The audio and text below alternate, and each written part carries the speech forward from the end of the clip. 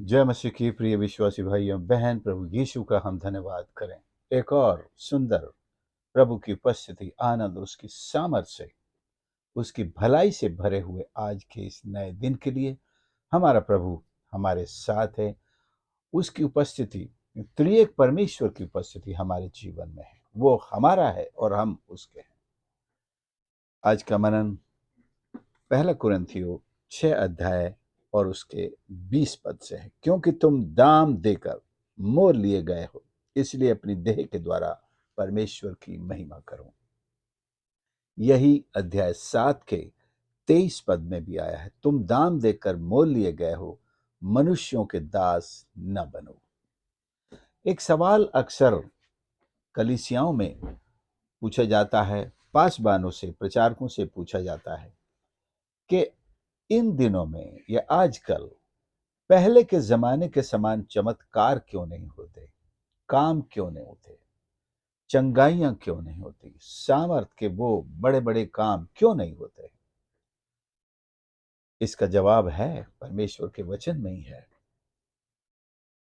ये पुराना नहीं हुआ है, वो काम आज भी संभव है और होते भी हैं और हो सकते हैं।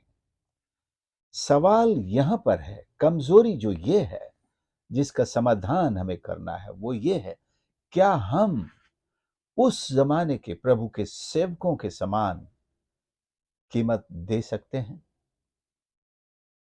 आप मूसा के जीवन से लीजिए, अगर उसके उपवास की ही बात करें, क्या हम 40 दिन का उपवास रख सकते हैं? क्या हम पौलुस के समान उपवास रख सकते हैं? पौलुस के समान हम प्रभु यीशु की सेवा में उतनी कीमत चुका सकते हैं? चलो छोड़िए, प्रभु यीशु ने जो हमारे लिए कीमत चुकाई उसकी तो हम सोच भी नहीं सकते, लेकिन कीमत की मांग तो है। अगर आप बड़ी बातें देखना चाहते हैं, अगर बड़ी बातों की आशा करते हैं, अगर बड़े बड़े चमत्कार देखना चाहते हैं, तो हमें हमारे सामने जो उन लोगों के उदाहरण हैं, आदर्श हैं, जिन्होंने परमेश्वर के इसी वचन में दिखाया और बड़े बड़े काम किए, क्या हम उनके जीवनों के अनुसार चल सकते हैं? कम से कम उतना सैक्रिफाइसेस कर सकते हैं? जबकि हमें भी मोल लेकर छुड़ाया गया है। प्रभु यीशु ने हमारे छुटकारे के लिए भी कीमत चुकाई है। कलवरी के उस क्रूस पर उसने अपने प्राण दे दिया, हंसते हंसते, कोई अफसोस नहीं, कोई दुख नहीं, कोई रोना नहीं, बल्कि एक विजयी शूरवीर के रूप में, एक योद्धा के समान पुकार कर कहा, एक ऊंची आवाज से कहा, पूरा हुआ, और अपने प्राण अपने पिता को सौंप दिए।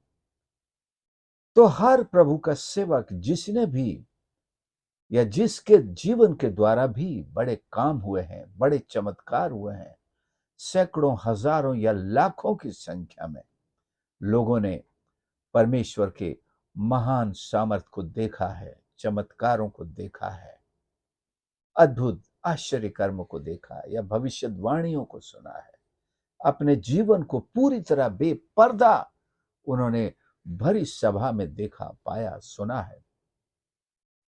उन्हीं प्रभु के सेवकों के जीवन से थोड़ी सी उनकी ऑटोबायोग्राफी अगर हम सीख लें, जान लें कि उन्होंने क्या कीमत चुकाई है, तब हम उसको, अगर हम भी उन पदचिन्हों पर चलने के लिए तैयार हैं, अपनी देहों के गुलाम ना बने कि इसे आराम चाहिए, इसे सिर्फ खाना ही खाना, खाना ही खाना चाहिए, इसे परमेश्वर का वचन पढ़ने से कोई मतलब नहीं है, सुस्ती आती है, प्रार्थना करने में नींद आती है, ईश्वर की सेवा करने से हमको कोई मजा नहीं आता है, तो कभी भी चमत्कारों को नहीं देख पाएंगे। हमारे अंदर वो ही दीवानगी होनी है, प्रार्थना का वो ही जीवन होना है जो मूसा का था, जो प्रभु यीशु का था, जो एलिया एलीशा का था, जो पौलुस का था, जो पतरस का था, जो बाकी शिष्यों का था, जो फिलिप्पुस का था। प्रार्थना के साथ ईश्वर के वचन पर भरोसा भी वही, हमारा विश्वास भी वैसा होना चाहिए।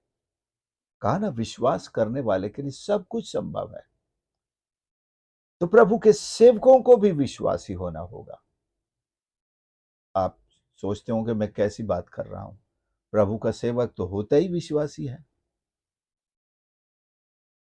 ये तो हम सोचते हैं, लेकिन बहुत सारे सेवक विश्वासी नहीं हैं। हाँ, वचन का ज्ञान उनके पास है, परमेश्वर के वचन का ज्ञान, ठीक उसी तरह जैसे उनको स्कूल में जो किताबें पढ़ाते हैं उनका ज्ञान है। इसी तरह बाइबल का भी ज्ञान उनके पास है। ऐसे बहुत सारे विश्वासी भी हैं जिनमें विश्वास नहीं है, वो कहलाते हैं।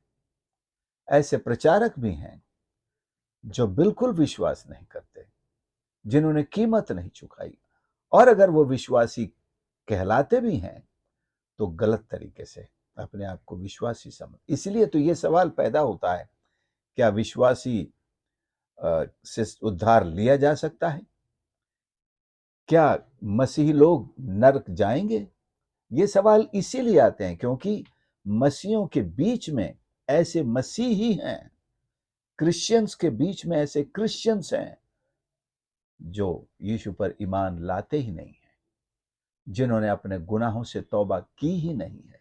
सीधे किसी ने सर पे हाथ रख के उनको विश्वासी डिक्लेयर कर दिया, बपतिस्मा भी दे दिया, चर्च में मेंबरशिप भी दे दी, और आगे चलकर उनको ईश्वर के सेवक भी बना दिया, लेकिन वो विश्वासी हैं नहीं। वरना उनके जीवन से, उनके डिसिप्लिन से, उनके कामों से, उनकी गवाही से, उनकी प्रार्थना से, उनके प्रेम से प्रभु यीशु के शिष्य होने के चिन्ह हमको दिखाई दे जाते हैं। किसी के प्रचार करने से ये चिन्ह नहीं है कि ये प्रचारक है इसलिए ये यीशु का शिष्य है। कोई भी प्रचारक बन सकता है, जो यीशु का शिष्य नहीं है वो भी प्रचार कर सकता है, और यीशु के शिष्य को प्रचार करना ही है, ये एक अलग बात है, लेकिन कोई भी बन सकता है। तो आज ये अच्छी इच्छा है, जिसने भी पूछा है, कि उसके मन में कम से कम इतनी एक गहरी चाहत तो है, वो देखना चाहता है दुनिया में उस पहली, दूसरी, तीसरी शताब्दी के उन आश्चर्य कर्मों को देखना चाहता है, बाइबल के समयों के उन चमत्कारों को देखना चाहता है, मिस्र में मूसा ने जो चमत्कार किए उनको देखना चाहता है। तो क्यों ना ऐसा सवाल पूछने वाला खुद अपने आप को प्रस्तुत करे परमेश्वर के सामने, जैसे यशाया ने कहा, मैं यहां हूं, मुझे भेज। तो वो भी यही कहें, हम सब यही कहें, प्रभु मैं यहां हूं, मैं अपने आप को प्रस्तुत करता हूं। तो मैंने कहा ना, अगर 3 दिन का उपवास करने के लिए कह दिया जाए तो लोग कहते हैं ये तो आत्महत्या करने जैसा कदम उठाने के लिए आप कह रहे हैं, 40 दिन में तो क्या हाल हो जाएगा। तो हम इन शरीरों के आराम के इतने गुलाम हो चुके हैं, इनकी आदतों के इतने गुलाम हो चुके हैं कि हम कोई भी बलिदान चुकाने के लिए तैयार नहीं है। इसलिए हम चमत्कार नहीं देख सकते। केवल बात देखने वालों की नहीं है, प्रभु के सेवकों के बारे में भी आराम पसंद है। वे पौलुस के समान दुख नहीं उठाते, उन्होंने पतरस के समान दुख नहीं उठाया, बाकी शिष्यों के समान दुख उठाने के लिए तैयार नहीं है। तो फिर हम उन बड़ी बातों की आशा कैसे करने की हिम्मत कर सकते हैं? We cannot even expect great things. William Carey ने कहा है, expect great things from God and attempt great things for God. परमेश्वर से बड़ी बातों की आशा करो और उसके लिए बड़े अटेम्प्ट्स, बड़े काम भी करो। बड़े काम की शुरुआत बहुत छोटे छोटे हमारे जीवन के डिसिप्लिन से, अनुशासन से होती है, हमारे प्रार्थना के जीवन से होती है, ईश्वर का वचन पढ़ने से होती है, हमारी गवाही देने से होती है, हमारे विश्वास को बिल्कुल परिष्कृत करने से होती है। परिष्कृत का मतलब है इसको इंप्रूव करें, हम इसकी डिग्रीज को बढ़ाएं, अल्प विश्वास से और बड़े विश्वास की छाप हम पर लग सके, वैसा हम अपने विश्वास को बढ़ाते चले जाएं।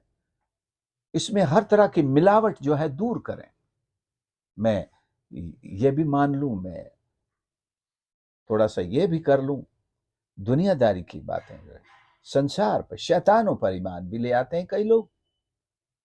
दुनिया के रस्म रिवाज को भी अपने विश्वास, अकीदे का हिस्सा बना लेते हैं। हमें विश्वास को परिष्कृत करने का मतलब है we have to purify it. पवित्र विश्वास, इसीलिए इसको पवित्र कहा गया है। पवित्र का मतलब सिर्फ होली नहीं है, इसका मतलब प्यूरिफाइड है। इसमें जो भी मिलावट लाने वाले विश्वास की जो दूसरी बातें हैं, दूसरे देवताओं की हो, अंधकार की शक्तियों की मिलावट हो, जादू टोने की मिलावट हो, इन सब को हमें निकाल बाहर फेंकना होगा और हर बात के लिए केवल यीशु पर विश्वास करना होगा। लोग सिखाएंगे, आप ये जादू टोना भी करवा लो, आप ये मंत्र भी बोल लो, आप यहां भी चले जाओ, इधर भी मत्था टेक लो, यीशु पे तो विश्वास करते ही हो, करते रहना। कई बार विश्वासियों को कई ऐसी संस्थाओं में जहाँ काम करते हैं, मजबूरी में उन्हें वहां मत्था टेकना पड़ता है, हाथ जोड़ने पड़ते हैं, फूल चढ़ाने पड़ते हैं। इसीलिए मैंने कहा अपने विश्वास को हम प्यूरिफाई करें, परिष्कृत करें, तभी हम उस पहली क्लास में भर्ती हो सकेंगे जो बड़े काम करने के लिए अपने आप को तैयार करते हैं। सो प्रियो, बड़े काम आज भी हो सकते हैं, बड़े चमत्कार आज भी हो सकते हैं, और कुछ ऐसे चंद लोग हैं जिनके जीवन को आप जाकर देखेंगे, उनकी सेवा को देखेंगे, तो आप देखेंगे कि बड़े काम हो रहे हैं। और फिर उनके व्यक्तिगत जीवन को देखने के लिए उनके नजदीक जाएंगे, उनके प्रार्थना के जीवन को देखेंगे। वो हमारी तरह, आपकी तरह, दुनिया की तरह 18 घंटे नहीं सोते हैं, वो 8 घंटे भी नहीं सोते हैं। वो ईश्वर का वचन और प्रार्थना और उपवास और फिर फकीरों की तरह निकल पड़ते हैं ईश्वर की गवाही देने के लिए, उसका वचन प्रचार करने के लिए। वो छिपकर अपने घरों में नहीं बैठते कि बाहर विरोध है, ये दल विरोध कर रहा है, वो दल विरोध कर रहा है, वो लाठी लेकर खड़ा है। वो इन चीजों से डरते नहीं, क्योंकि उनके अंदर जो है, उनको एहसास है the greater is he that is in me than the one who is in the world. दुनिया में जो लाठी लेके खड़े हैं वो उससे बड़े नहीं है जो हमारे अंदर है। फिर हमें डरने की बात नहीं है, चाहे हम लाठी खाकर घायल ही क्यों ना हो जाएं, तब भी जो हमारे अंदर है वो उससे बड़ा है।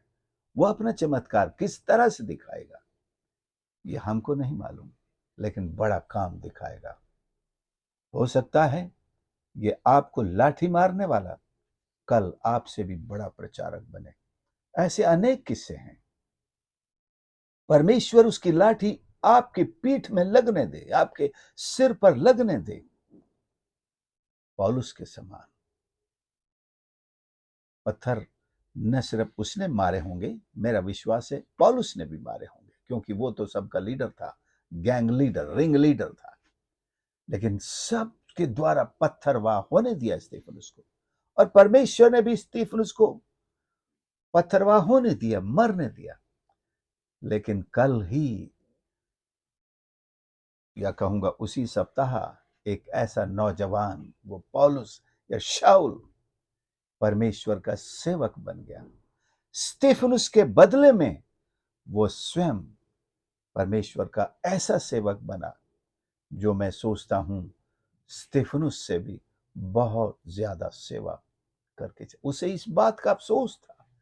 एक ईश्वर के सच्चे, कमिटेड, आत्मा से भरे हुए सुनाम सेवक को मैंने जान से मरवा डाला। कलीसिया की कितनी हानि हुई, परमेश्वर के राज्य का मैंने कितना नुकसान किया।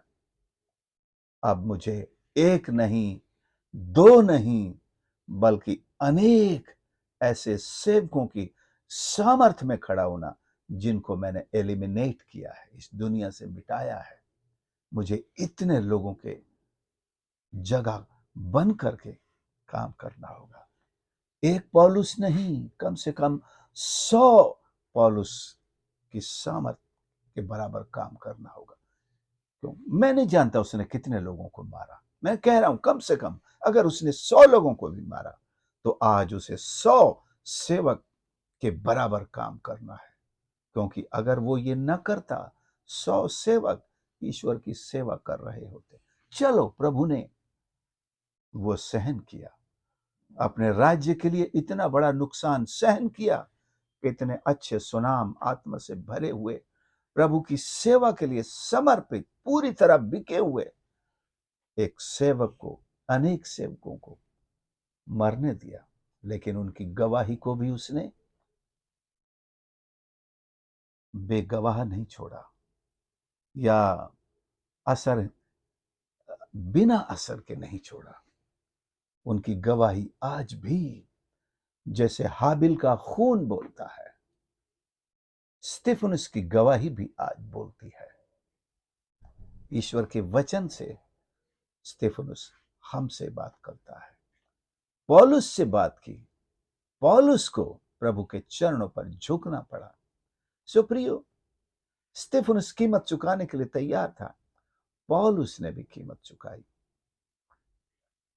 तो क्या ये इरादा हम रखते हैं कि हम उन पुराने दिनों को इन दिनों में वापस लाना चाहते हैं?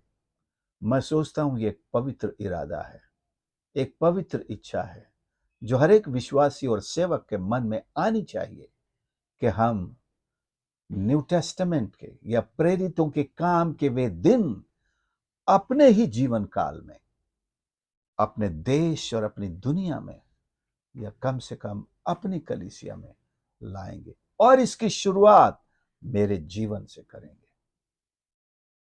मैं दूसरों से सवाल नहीं पूछूंगा, मैं वो बनकर दिखाऊं, पहली सदी का मसीही। फिर आपके सामने पहली सदी के वे बड़े काम इतने मात्रा और संख्या में होंगे कि लोग कहेंगे, क्या हम 21वीं सदी में जी रहे हैं या बाइबल की उसी पहली सदी में जी रहे हैं? परमेश्वर हमारी मदद करे। आइए हम प्रार्थना करें। प्यारे प्रभु, मेरे परमेश्वर, मैं धन्यवाद करता हूं, आप कल और आज और युगान युग से एक से परमेश्वर हैं। आपकी सामर्थ कभी पुरानी नहीं हुई, आपके कार्य पुराने नहीं हुए हैं। आज भी आप लोगों के बीच में परमेश्वर वही बड़े चमत्कार करते हैं। हमारी प्रार्थना है कि हमारी पीढ़ी को आप हिलाएं परमेश्वर, उन्हें उद्वेलित करें, आंदोलित करें, और परमेश्वर उन्हें इस उत्साह से और जोश से भरें कि परमेश्वर वे हर बलिदान देने के लिए तैयार हों। अपने जीवनों को, अपने शरीरों की गुलामी छोड़कर इन शरीरों को आपके चरणों पर ऐसा समर्पित करें कि आपकी भक्ति में परमेश्वर कर सके। इन शरीरों का आपकी भक्ति में एक डेडिकेशन जरूरी है, यह हम जानते हैं परमेश्वर। इस शरीर को आपकी सेवा में लगाए बिना, प्रार्थना में लगाए बिना, उपवास में लगाए बिना हम उन दिनों को नहीं देख सकते। हमारी सहायता कर परमेश्वर, सहायता कर प्रभु जी। हम अपने आप को नम्र और दीन करते हैं, आपके चरणों पर समर्पित करते हैं। अपना हाथ बढ़ाकर एक एक को स्पर्श कर परमेश्वर, हमारी हर एक दुर्बलता, हर एक कमजोरी यीशु के नाम से आज दूर हो जाए और ये पवित्र इच्छा हमारे अंदर और बलवती हो जाए कि हम प्रभु आपके लिए जीने वाले बने। हर बलिदान, हर सैक्रिफाइस करने के लिए हम तैयार हैं। हर एक सुनने वाले को आशीष कर, प्रार्थना उद्धार करता प्रभु यीशु के नाम से मांगते हैं, आमीन। प्रभु आप सबको आशीष करे।